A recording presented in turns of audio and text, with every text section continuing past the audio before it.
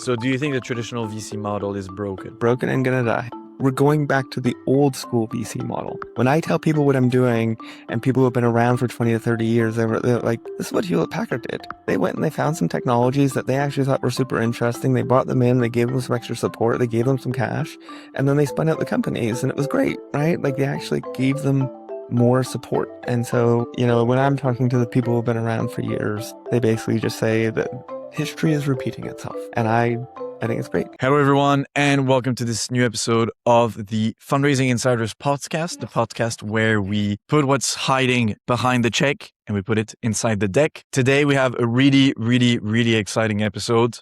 I'm saying this because if it's of the same quality as the little informal call we had before the recording, I think this is going to be absolutely great. Today, we have with us Darren. Darren, we met actually fairly recently, unlike most of the guests that I've had on the show so far. We've been trying to build the ecosystem around our personal networks and then expanding from there. And I'd say you're from the secondary network in the sense that I did some work with Temperate, which is a startup working in AC and novel cooling technologies through the Carbon 13 Accelerator. And their amazing work led to a round of funding, which you led with your investment fund, Adaptation Capital. So that's how I got in touch.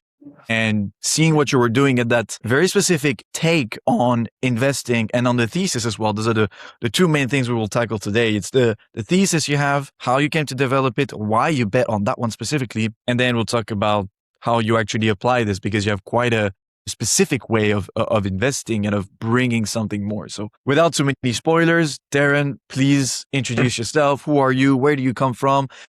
How you got to do what you're doing today? And yeah, let's start from here. Well, first off, Thibaut, thank you very much for having me. And it's always a pleasure to be able to come and talk about adaptation. I love doing it.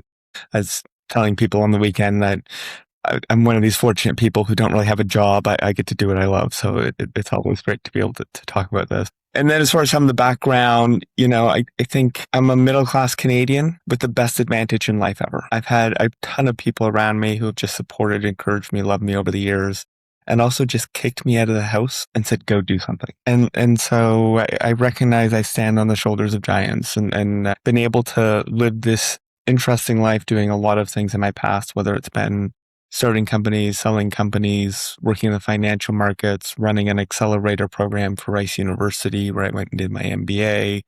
We co-founded that and ran that for its first year. I worked 11 years at McKinsey doing the management consulting, which I am very thankful for the time I had there to learn and apprentice with some amazing people around the globe. And especially the last 5 years where I spent most of my time doing what we would have called green business building. So early stage sustainability based startups at a scale that you don't normally get to see, because it's a scale at the McKinsey sort of level. And this was things like raising money for alternative proteins, for green steel, for thermal batteries, for offshore floating wind, shared autonomous vehicles, autonomous electric trucks, just such a wide range of different companies that I got the exposure to, that really I was just a very fortunate experience for me. And now the whole idea is to take that experience and take the angel investing I've been doing for around 15 years, professionalize that, bring it together in a fund where we're allocating capital to what I think is the single best opportunity sitting in front of us when you look at the reward to risk ratio that we're taking. And that's looking at the predictability of the weather. We're going to talk about some weather today. Everyone loves talking about the weather, right? But we're going to talk about the opportunity about how to make money with the weather and the weather changing and doing it in a way that improves the quality of life for humanity. That's really the key here. And although it's been taboo for a couple of years, it's making money there. For a lot of time, sustainability was, we're being nice to the planet, but don't talk about finance. This is taboo. And well, the key is that you could only sustain yourself in time. And something that I've been repeating in many episodes, you can only sustain yourself in time if you are sustainable to your environment, but sustainable to yourself as well. And that means having the means to reaching your ends, which is the financial bit. So a little reminder is that, of course, I know this podcast is technically technology agnostic, but having a network personally in the sustainable sphere. This is how we're growing as well, and maybe some of our audience are hearing a lot about sustainability, and I think, oh, okay, we've done enough about sustainability, and we will have other topics. That the next episode will actually be on the more on the software tech, but we have something interesting today because I think we're going to tackle sustainability in a way that is rarely spoken. So that's why climate adaptation is the keyword of today. Adaptation is going to be an interesting one to define. So I spoke about the structure of the show earlier. You were saying that starting with a thesis and then diving down to the way you invest is a very corporate way of doing so, which reflects the 11 years at McKinsey that you said earlier. But worry not, we will go through the whole career, all of the learnings. I really can't wait for that. So without further ado, I think introduce please the subject. What is climate adaptation? And after this, we'll talk about why what you do is so different from what's out there. So first the definition, and then what really makes it stand out of what you would call traditional impact investment. Yeah, I think we should start with first, what is it that we're trying to optimize for? What are we actually trying to do? So when I hear what you just said around sustainability and all this talk around climate and things like that, my personal take is, I think we have missed the plot when it comes to just, we have to focus on net zero and solve the climate at any cost. That's actually not what we're trying to do. What we're trying to do is optimize the quality of life for humanity. And what this means is that there's times where it is worth the trade-off of still having some pollution, but you should be pricing the externality of the pollution that you're doing. And so once you start thinking about it through the lens of, are we ensuring that humanity can live a good quality life? A big part of what you would do would be to go and mitigate the problem. It is still highly relevant and there's a lot to happen there. But you would also think about, how do we just make sure, regardless of the outcome of what happens with climate and it changing, regardless of what happens, we will be okay. And it's that second part that we spend most of our time thinking about, because for us, it is underfunded. It's 0.25% of capital in the world going into adaptation. And of that, it has to cover big infrastructure projects and growth capital and this tiny little layer of innovation capital where we spend our time. And so if you think about then through this lens, improve the quality of life for humanity, what we think about is, what is it that people are going to ask for to live a good life? Very much focused on demand and what people will be asking for under the condition that we continue to a 2.5 degree pathway. So I don't debate what the future of the world's going to look like. I don't debate why even. I ran into some people over the weekend who were just like, no, climate change is a hoax. And I go, well, is it getting hotter? They go, yeah, it's getting hotter. Okay. I'm not here to debate whether you think climate change is a hoax or not. I have my views. I do think humanity is causing the problem. But what do we do about it? What do we do as the weather gets hotter and more volatile? How do we meet the demand that people will have because the weather is getting hotter and more volatile? What is the opportunity because the weather is getting hotter and more volatile? That is focusing on the consequence and kind of bottom up then the other way around. Gotcha. Yeah. So we're very much thinking about, where are people going to put their money as the weather gets hotter and more volatile? How do we go and back the companies that will meet this new demand in a way that is profitable and scalable and will also improve the quality of life for humanity? In that sense, could you please name a few examples? I think that Temperate, the company that you just invested in, I mentioned earlier, makes perfect sense. They're building AC cooling for the buildings. Makes sense. Gets hotter. You need to cool down. So far, that's super self-explanatory. Can you maybe name a couple of other industries or types of products that would fit this thesis in terms of investment, so that we get a bit of a stronger grasp of what that could mean, what this translates to?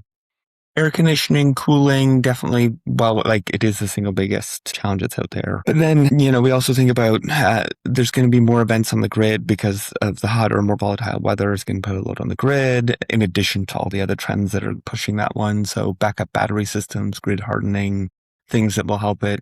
So that we have things like fewer wildfires and things like that caused from the grid. Wildfires itself is something that we'll see an increase in demand. So how do you deal with and manage wildfires?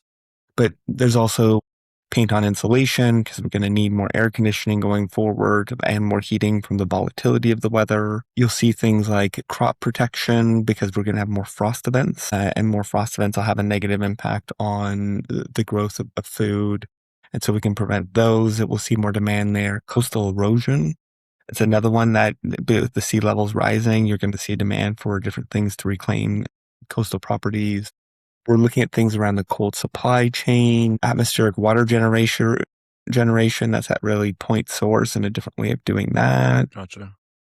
We're looking at different notification technologies around the different infrastructure projects, right? Okay. As you think like asphalt's going to get hotter, whale rays are actually going to buckle more. There's a bunch of things here that you may not expect right away. But once you think of the weather getting hotter, there's going to be some implications. Where's the technology to go solve it? And you can see a lot of the things, the demand will increase, but there is also demand there today, right? Coastal erosion in the state of Louisiana spends something like $2 billion a year on coastal erosion already today. If you can go and help them 30% less, I think there's a market there, right? I see. Yeah. So that makes more sense now. We got a good idea of where adaptation has an impact and where we should invest to capture this opportunity. It seems so obvious when you talk about it. If there's a cause, you look at the consequence. What is the consequence going to induce? Boom, you put your chips there. Yet you mentioned that adaptation takes a very small fraction of the investment out there. So why is it you think that so many investment vehicles or funds or other investors are missing that? Why are they still sleeping on it, you think? I think you go into finance and even the consulting background, they talk about the important versus the urgent, right? Right.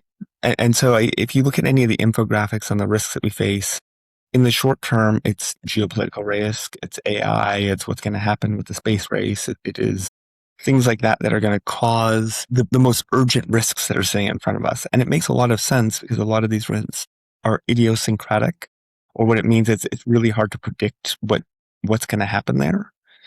And so people are spending a lot of their time trying to, what's happening with the straight arm moves and dealing with that today. But you looked at risk infographics for the long term, and number one, all the time, is always climate. And so this is a long-term systematic risk. And so because of this, a lot of people put it to the side. And so what you're seeing because today, it's long-term, so it's harder to grasp. Exactly. But it's interesting that when you go back to finance, like lessons around long-term risks like this, it actually is something that the proper way of doing it is incorporated into your portfolio with some exposure to this to be able to hedge off against it.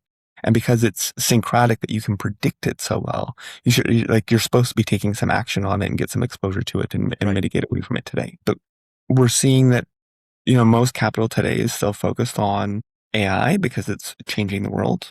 Though it's faster revenues. Yes. Let's be honest. If you develop a software, you've got a POC in 3 months.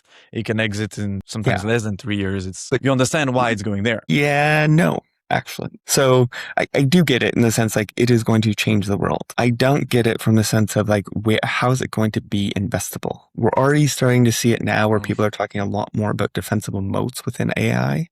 And that's starting to have some cracks in the foundation. So there's a reason why I think that you'll still see the Anthropics people. My understanding is they just raised $30 billion in one day on a $900 billion valuation, and they can go raise $30 billion in a day. I get that from the enterprise grade and some of the spaces that they're having, even though I still think at that valuation, it's going to be hard to get financial returns. But there's a question here on a lot of AI startups that I see.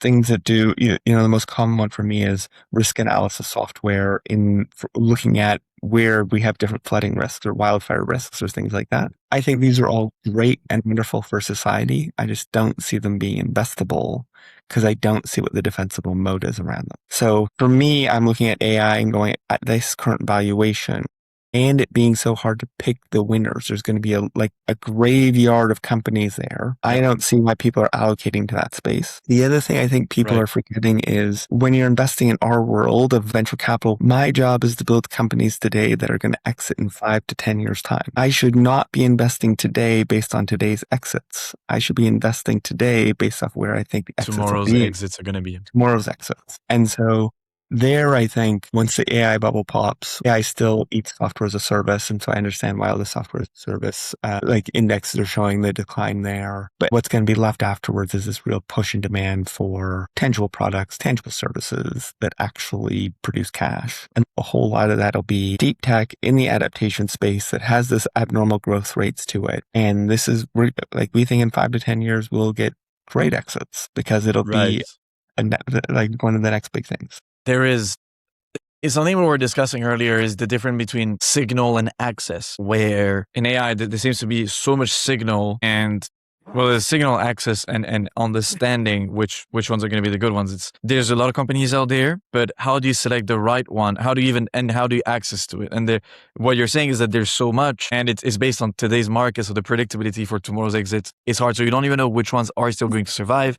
Hence the whole conversation on the moat, and also access to them. So that's something that I'd like to talk about is how do you access the good companies? So you do your due diligence, you have your whole deal flow, etc. But there are some hot, pun intended, or unintended. There are some hot topics out there. There are some hot projects, and you want to access them.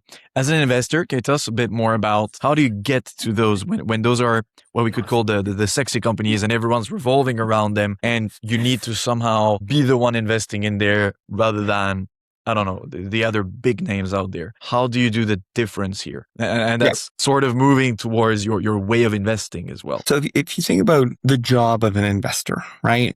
So I have to go source companies, do some form of selection to narrow them down, get access actually into the deal, support them when the deal is done. A few years later, I'm going to help them with some exits. And then in addition to doing all this, I got to go raise capital, right? Like this is basically what you end up doing as a VC. Right. And so if we come to the beginning of this, in the sourcing, we use an AI engine that we've created to help us be a lot more efficient at sourcing companies. This is something that, is probably about half of our deal flow comes from this. And it comes then from the AI analyzing data sets, scoring different things, being able to then go out, give us the top companies that we should go and look at. We do a little bit more filtration to it, and then we go and reach out to the founders. So that's the signal bit is generating, hey, where should we talk? Okay. It's at least what it's allowing me to do is two things. One is efficiently source globally, or at least for in our case, across North America and Europe. So because there's less time taken for me to go and reach out to a company and actually get started, and do I have to go to all these different events? And hopefully at the end of the event, I found 3 companies that'll come and reach out to me, and that took me a whole day. I just go boop, right? Press the button, get the latest into my inbox. Here's 3 companies to go reach out to that I can then get started and move forward that way. And so it's a lot more efficient and costs a lot broader net. Now, what I think is really unique about what we're putting together already is that, our system integrates into our CRM process. So that way it goes and it picks up any feedback we've ever given on different companies and is continuing to re-educate itself. And so in the future, I think everyone's going to have something like this. I think it's going to become table stakes. It's just, will ours have been, will we have better data sitting in behind it that we've trained it on around our thesis? It's very proprietary data. Yes. And so that's what's going to continue to be, we'll be that much further ahead as it's just so this is a common thing to do in the world. But so one of the things is it allows me to source efficiently. The other thing it does is it changes the nature of how I interact with companies. And by this, I think this story is really fun. I was in San Francisco Climate Week, and I asked a deep tech climate investor, how do you source your companies? And he just laughed and he said, well, I'm like the one hot girl sitting at a bar with 20 guys around me. Like I have cash, I'm investing in deep tech. So it's very passive. It's like a magnet, but... And he doesn't do any work. They all come up to him and are like, hey, what about me? What about me? What about me? Right? And I just went, that's interesting.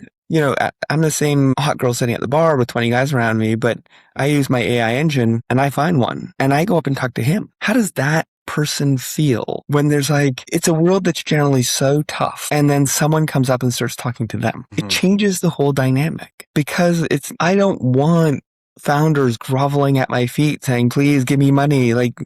That's not the future I think is going to be that we're going to have in VC. And nor do I think it puts us in the right relationship to have the best chance of succeeding over the long run. That's what Bumble tried to do in the dating scene. To use the same analogy, it's give the girl the first move, if I remember correctly. And for some people, it really worked, right? Because they were just like, wait a second, the girl's coming after me. Like, what's going on here, right? I'm not used to this.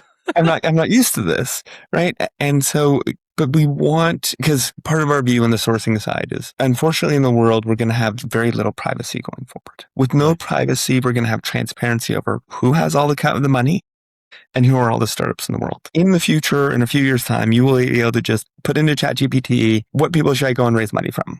And they'll spit out for you a scored priority list based on your thesis. Here's the people that will allocate money to you. There you go. There's more and more. I mean, there's some tools out there. Some of them we are introducing in our own tech stack as well, but it's the kind of tools that are developing right now, and they're raising and they're going very well because everyone's asking for this. Well, and to me, they're asking for it today. There's going to expect it tomorrow. Right. Gotcha. Right. And once it becomes expected, it's no longer a differentiator, right? Because it will become a standard thing. You'll become a standard. If you have it, okay. But if you don't have it, then really not okay. You're really not okay. And then if you have the money, you would sit there and say, wait a second, I want to find a company that I want to go invest in that sort of fits this thesis. And they'll be like, oh, here's 20 startups that you can go look at. Right. So this idea of asymmetric information around who's starting things and who has money and things like that, as the world becomes more and more transparent. Now, this is on the margin. This will become much more common that we know who to match with. The question will then be not about, do you have money? Everyone has money, right? And in this space, the question is, why should they take your money versus someone else's? So the whole smart capital, what else are you bringing? Because cash in your hands versus cash in someone else's hands won't have the same value. There's two ways I think that you get access, right? So if we go finish off with the sourcing, 50% of our work is outbound through our AI, 50% comes inbound through my network and why do I come on a podcast like this? I come on a podcast like this because if you are a startup that fits my thesis and you're a tangible good that's increasing in demand as the weather gets hotter, more volatile, please reach out to me, right? This is why I'm here, is to get more deal flow. And this is for the other 50%, right? I still want to get this inbound deal flow that's there. But then when it comes, the bigger differentiator in our mind is going to be access. And how do we get into the deals? And there's truly two things that people are going to look for there. One is your ability to build a relationship. And the second one is your ability to add value. Good. Okay. Now, for me, this was McKinsey 101, relationship-based selling, where you actually sit here and you try to help people first, right? If I show up and say, grovel at my feet, I'm a VC, I have the money, try to pitch me all the time, no, and I'm just going to treat you like you don't matter, people aren't going to give me access to the deals. But instead, if I actually show up to the marketplace and go, I'm going to treat founders like they're human beings that are a full round person, that they matter who they are. And I'm going to treat them as a partner rather than as little peons to go and run my companies for me and try to make me a bunch of money. We think we'll get access to better deals. This starts right from the beginning in the very first phone call, that when I have a phone call with a founder, most VCs would approach the phone call as sort of hey, can you pitch me tell me about your company and let's go, right? And go through your 10-page slide deck, totally get it, pitch me, let me understand what you actually do. We approach it very differently. I always introduce myself first. Why? Gotcha. When I introduce myself, I tell the founder everything I think they may want to know to be successful. We invest $500,000 checks. We look for valuations between 5 to 20 million to start with. Right? We really care about who the founder is. We care about this demand and the shift in the demand. We don't do AI. We don't do software as a service, right? This is the type of for everyone. Well, at the end of doing my introduction, I even go back and is there any other information you need to be able to do your best job at telling me about your idea, right? Because I am trying to empower them. You're right. It is more efficient, but it's also about, I don't want this to be this whole, I'm not even sure what he's looking for. Talk to me about the calibration in a way. Yeah. And think about this from the founder side. All of a sudden you're on a phone call where you're you probably have a CRM in the background. It's oh, I filled out all the fields of my CRM. Oh, I've understood that there's these 2 or 3 things. For us, the techno-economics, you better be able to show that this is better, faster, cheaper, right? So talk to me about techno-economics. I want to know about this, right? If you don't have that, then it's not going to work. So this is the type of thing that we're able to say up front to help build the relationship. But then the other thing we do in the introduction call is I ask 3 questions. One is, who are you as a person, as a founder? I care about you more as a person and what your passions and your dreams are and the why and what are you actually trying to accomplish here. The second is, what is the big, hairy, audacious goal that you didn't put in your pitch deck that you actually are this is the place I want to go with this? Because if I can't align with that, at some point, me and the founders are going to have an argument and it's going to be painful, right? Whereas if what your long-term vision is something I go like, yeah, you're trying to make air conditioning 95% cheaper for everyone around the world. I get that. I can get behind that, right? Like I can use that as a North Star and try to think about how do we always build a business towards that. Right. Great. But like there's still some chances we get into some arguments. It's just a whole lot less when we align on the vision. And then my third question is, how can I help? Why do I do it like this? It's so that way I can actually have the best chance of building a relationship and adding value. That gives me the best chance. Like we can I'll read the pitch deck. I will go through and we'll have follow-up calls and you can actually go and like tell me why this is the world's greatest stuff. But this at least allows me to be on the board of like align on the biggest things. Who are you Get as on a the same wavelength. Yeah. What's the vision? And set us up to be partners rather than like we can actually talk with each other about things. And So that we're on an equal footing as well. on an Because equal there's footing. often this thing where there's a bit of a hierarchy with founders at the bottom and then VCs, and then even above you have all the fund and all that stuff. And it's about breaking this kind of pyramid and putting everyone on a partner level. I need you, you need me, and how can we do this? That's Yeah, it's a different approach. It gives us access. Exactly.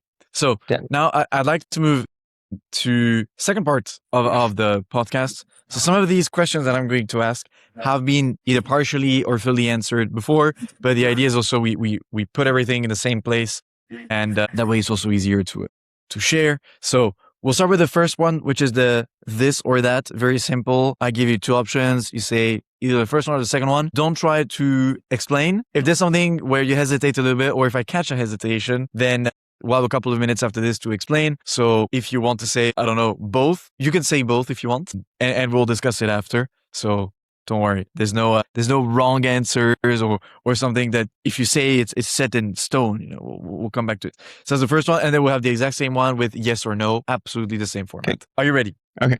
Fire away. Wow. Fire away. There you go. So climate mitigation or climate adaptation? Adaptation. Warm introduction or cold email? What do you prefer working with? Warm introduction. Founder first or market first? Founder first. Lead investor or follow-on? Doesn't matter. Pre-seed, seed, or Series A? What do you prefer doing? Pre-seed. First institutional capital in. Gotcha. Portfolio support or hands-off? Portfolio support. This one was obvious as well, sorry. Venture building or pure VC?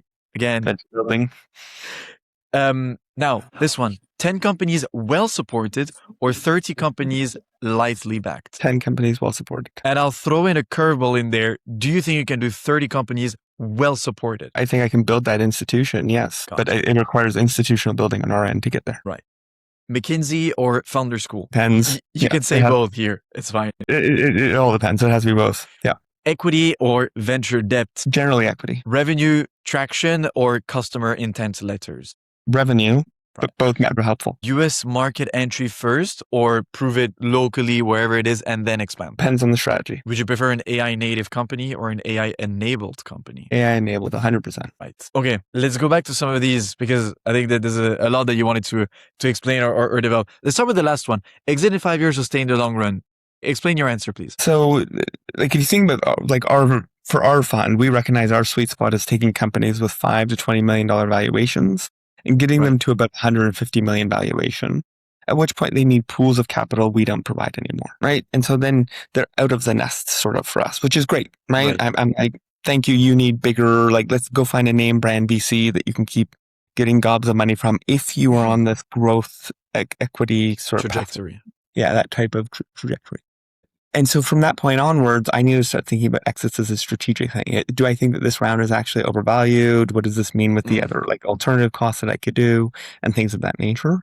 And so I need to think of it that way. Like, do I take secondaries for an exit and things of that, like with that approach? On the flip side, the company needs to continually ask, like, what is the best pathway to optimize our enterprise value? And so by doing that, what they may find is, a company who's sitting here and saying, I have this really novel technology. We grow it out quite a bit. I've proven the value chain that you can bring it to the marketplace and do everything from manufacture it, sell it, support it. It works. But then there's maybe an incumbent who has distribution that they don't have. And the idea, if the incumbent comes along and says, I'm going to pay you 2 to 3x your valuation, I'm going to take your technology and run it through my distribution. And I'm going to make 10x your valuation. The answer should generally be yes. Like you sell and you take the 2 to 3x increase in the valuation, right? I understand that there's still some people who go like, no, it doesn't fit for my bigger vision, or I still want to control the company and things like that. But this is the type of thing that you would go and you look at strategically. And strategically, the right answer is they have tools that you don't. Your impact you're trying to have in the world will be better accomplished if you sold to the incumbent. Right. And so you take the 5-year exit.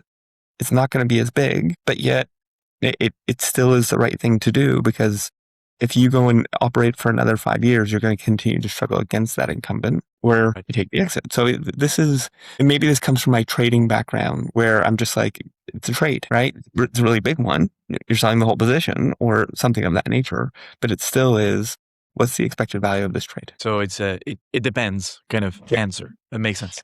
One of the questions you hesitated on was the McKinsey or founder school, where you learned the most, or I knew this question was going to be a tough one because you for sure learn different things in each. So maybe let's do a very brief comparison of what you learn in McKinsey versus what you learn as a founder, and where there is a crossing between them. What do you bring from one to the other and vice versa? Yeah. And this is a place where it's like, if I find founders with both, I'm like, yes, this is probably going to be a great fit for me. Let's start with first the founder school, because I think in the going through and doing this, you just learn so much practical knowledge, like hands-on, get things done. This is things that are actually going to create value and move the needle for your startup. And I think that's something that unfortunately a lot of times at McKinsey, that they do spend too much time sitting in a team room, like thinking about, hey, am I solving some random problem that I really don't understand? And so this is where the founder school actually teaches you a lot more practical things and a lot more street smarts, I think,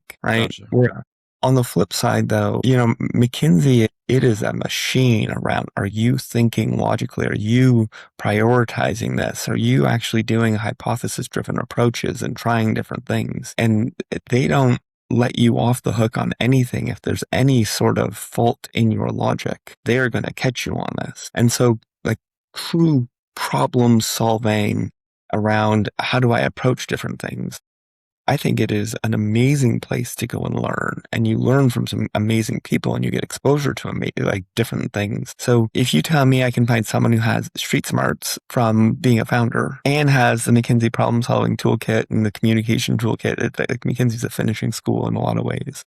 I think it's a very potent conversation. And look, Gotcha. McKinsey does this. There's actually a fund that runs a quarterly call where they try to get McKinsey founders together that are raising capital and be able to, and they do it openly. So I attend the call, though it's not my fund, right? And we all are doing this to try to support the McKinsey alumni network. And the data they have is that McKinsey alumni just are a lot more successful at starting companies. Right?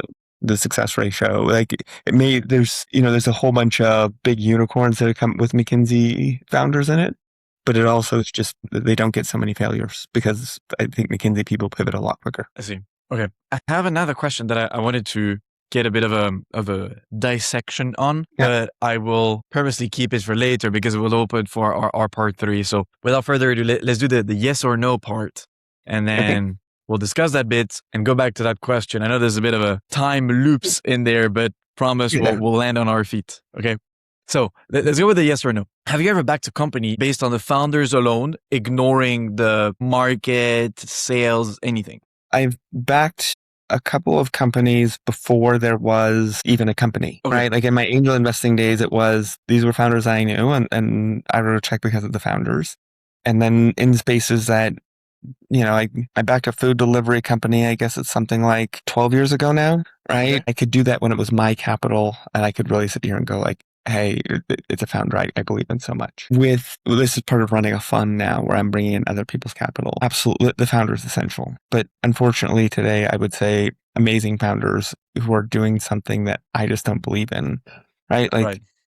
I have someone who I know, I think he is amazing, but he's in the direct air carbon capture space where I'm just like, financially, can I invest? No. Do I cheer him on and want to see him succeed? Yes. Can I put money in there? No. Gotcha. And so, and part of now with our AI sourcing engine is we have so much more deal flow. You'd put it where it makes more sense. Yeah, right. I see. Yeah. And I'm teasing a question that's coming in there as well. So to continue with the quick yes, no, have you ever passed on a deal and immediately regretted passing on the deal? Yes, I have one right now. Do you think most VC funds will fail to return their fund in the next decade? That broader question, yes. So VC funds that are coming out right now that focus on any sort of software as a service, AI, in that type of space, I think they will really struggle and it'll be a really bad vintage for that. Anything that's sort of raised this year, last year, deploying right now in that space at these valuations. It'll be like people who were deploying in 22 and in a lot of places where it was just a really bad vintage where there's too much money in VC. That being said, I still do think on the flip side, the people who invest in areas that will create more classical defensible moats. There's a reason why we're seeing already now an uptick. Peter Walker from Carta just published something this morning I looked at around more investments going into deep tech, and deep tech proportionally is getting more of the like capital flows already, and we're starting to see that. I think it was by deal count. Because there's a stronger moat in there. Stronger moat. There's more push for deep tech, right? And we've been leading that already. So all right. Have you ever told a founder their idea was not fundable? Yes. Do you think LPs are wrong to be skeptical of climate as a category right now? No.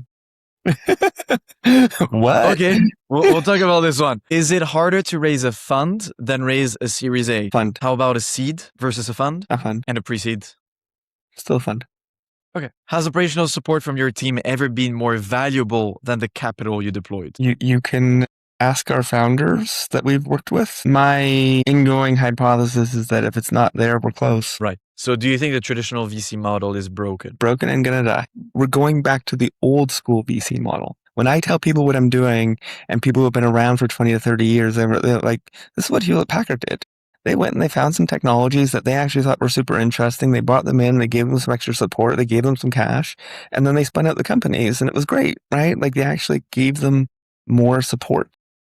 And so, when I'm talking to the people who have been around for years, they basically just say that history is repeating itself. And I think it's great. There's always a cycle. Very, very interesting point here. We'll bounce back right after, but yes. Do you think fundraising is fair? No. And finally, are you having a good time on the show? Yeah. Beautiful. I love it. All right. I love talking about this stuff. So a lot of really good ones here. So the first one that caught my attention is, so you said there's a deal that you're immediately regretting, where right now you have one that, well, you said no, but you wish you could have said yes, and they're closing and they're oversubscribed or something? It's just a timing issue, right? Right. They need a decision pretty shortly on a little bit of capital, and I didn't have the time to do our full due diligence. Gotcha. But the technology of the deal and what I have met with the founders seem like they're super interesting, like amazing founders. There's just some other things going on in the deal as well on the founder side that would be taking on some abnormal risk. And so it was one of these things where I just had to make what I just think hard decision. The hard decision of passing. Gotcha. And I still, I look at think about these two female founders, and I think about it afterwards that are just like, they may go and change the world, and this may be the one that got away. But I also, at today's point, you have to take the trades. Yeah. As you were saying earlier. Do you think LPs are wrong to be skeptical of climate as a category right now? I thought the obvious thing you were going to say is, yes, they're wrong. And you said no. Why did you say no? Climate, look, more capital should go into mitigation than should go into adaptation. Okay. Right? And so climate as a general thesis is going to be dominated by mitigation. And I think they should be skeptical on mitigation because it's so much of what we should do rather than what we will do. It is still where like the bigger opportunities and from a societal need standpoint are still sitting in the mitigation side of the capital stack. Oh, right. Okay. And so when you say climate, the obvious one is the majority of it should be mitigation and that they should be skeptical of. I see. Adaptation, on the other hand, if you notice, like even when I begin this in my introduction, I probably barely use the word climate. I use the word, we're going to talk about the weather. Yeah, right? We talked about adaptation and temperatures and weather and more hands-on terms, maybe. Yes. More pragmatic. Yes. Gotcha. More about what we will do. Yeah. We will talk about the part of the operational support because that's the last part of our conversation. The VC model being broken is part of that conversation as well. You said fundraising is not fair. How come? So you go back to this idea of like, there's going to be more and more transparency over who has capital and who's fundraising. Access is going to be the bigger issue, right? And look, unfortunately, access isn't a fair game. So I am part of a club. I'm part of a few clubs, right? Like the first club I'm a part of is like Rice University, where I did my MBA. So when I reach out to someone who went to Rice, I probably get access they don't get because I went to Rice. And that's what you would call the unfair advantage in that sense. Yeah. Gotcha. The other club I'm a part of the McKinsey Club. It's a pretty good club, right? Like, we're known for helping out our alumni, being more open to support each other and things like that. So I have an advantage that a lot of other people don't have in fundraising in getting access. Right. Okay. Right. I see what you mean. Where the value is created. And that is not fair. Right. And I still, when I think about it from the other side as a capital allocator, I'm trying to figure out, how do I remove my biases so I do a better job of evaluating the founder for who they are, right? And not just because they were part of the club that I'm part of the club of. Gotcha. So we had a lot of questions around the whole thing of, are you doing portfolio support or being hands off? I teased a little bit the whole part of venture debt earlier versus equity, and I'd like to dive in your model at Adaptive Capital. You have something that is quite, I was going to say novel, but no, because it's a way of adapting, pun intended, an old way of doing capital allocation.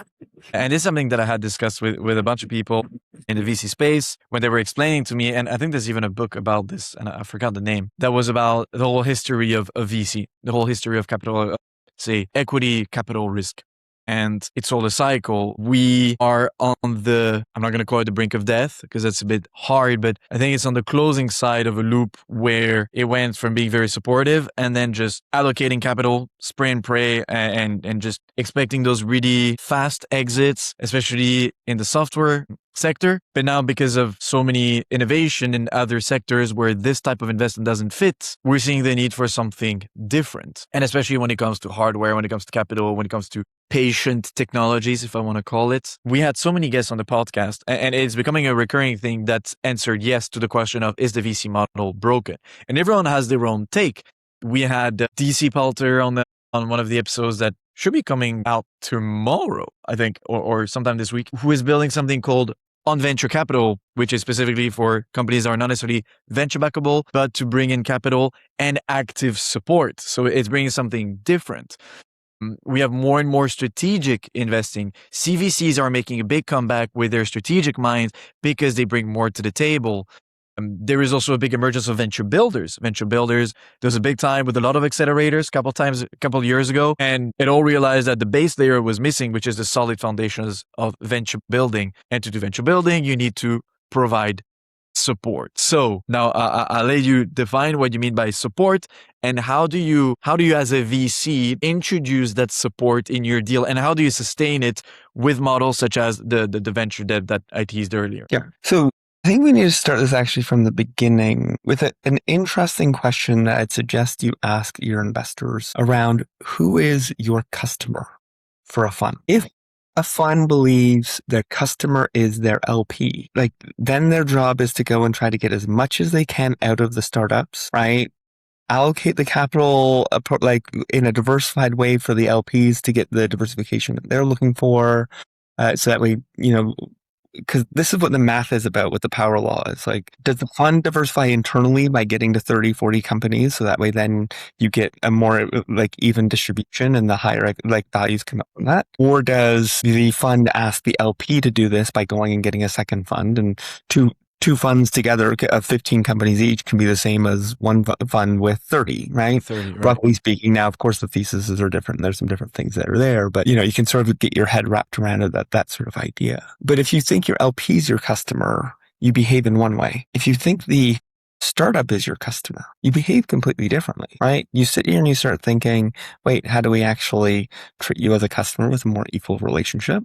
What is my customer problem I'm trying to solve? Is the customer's problem only cash, in which case I should just provide only cash? Is it that they need more than cash to actually be successful, which we see a lot of in the adaptation space? We don't have fifth-time exited founders in this space because it's so new, right? So we do see a lot of founders that need, deep scientific backgrounds who need some help on the business building side of things. And so once you start thinking about the founder as your customer, then you have to start thinking about, as a fund, the same way I would ask the startup to pivot the company, adjust the company, bring an offering that the customer would buy. I had to think of myself the same way. I had to start providing the support the company is going to need to be successful. I had to be thinking about, wait a second, maybe it's not just pure equity. Maybe there are some alternative financing arrangements that are better fitted for this company where we can both achieve what we're trying to get. Like I can achieve the returns I need to still operate. It's no different than me charging a price to a customer that allows me to still make some margin on it. I have to do the same thing. That doesn't go away.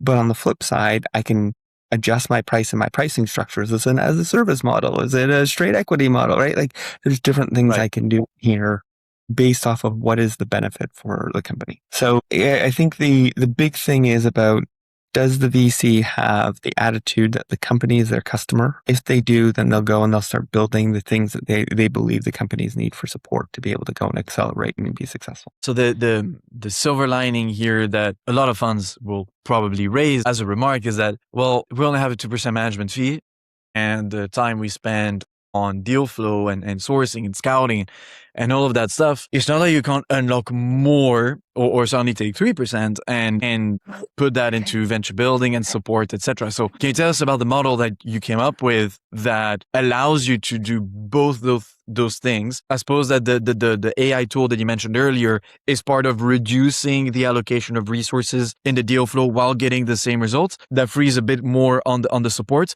But what else are you doing to get that support done and still financially viable for your operations? So first, I think you're right that I gained some efficiencies to be able to put more towards venture building. I think it's also good to just be clear about what I mean by venture building in our end. I do not think I can ever support a startup with their tech stack, right? Like your technology, you as a founder, you better know more about it than I do. Yeah. Right. There's something wrong if I am the expert in technology that it doesn't work here. Right. But then where can I support? It's much more on the business building side of this. It tends to be a lot in strategy work of like, what's the direction, what are the inflection points of the company and things like that.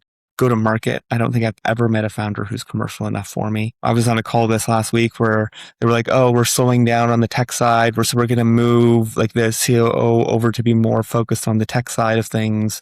And then we'll throttle back the commercial side. And I'm like, no. Like, we never throttle back the commercial side.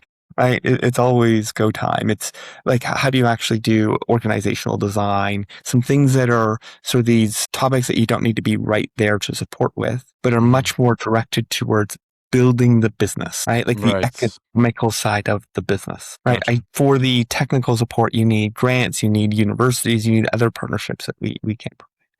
But hopefully, like the idea is being clear that yes, we can get some efficiencies to get a bit more resources. The types of support that we want to provide are much more directed towards building the business and getting economic return, which then allows us to provide a different structure with how we actually fund this. So ultimately, at the end of the day, the person that needs to pay for this is still the startup. The startup has to pay somehow. Now, whether they're paying because they're giving you a valuation difference on your entry, that's the valuation difference.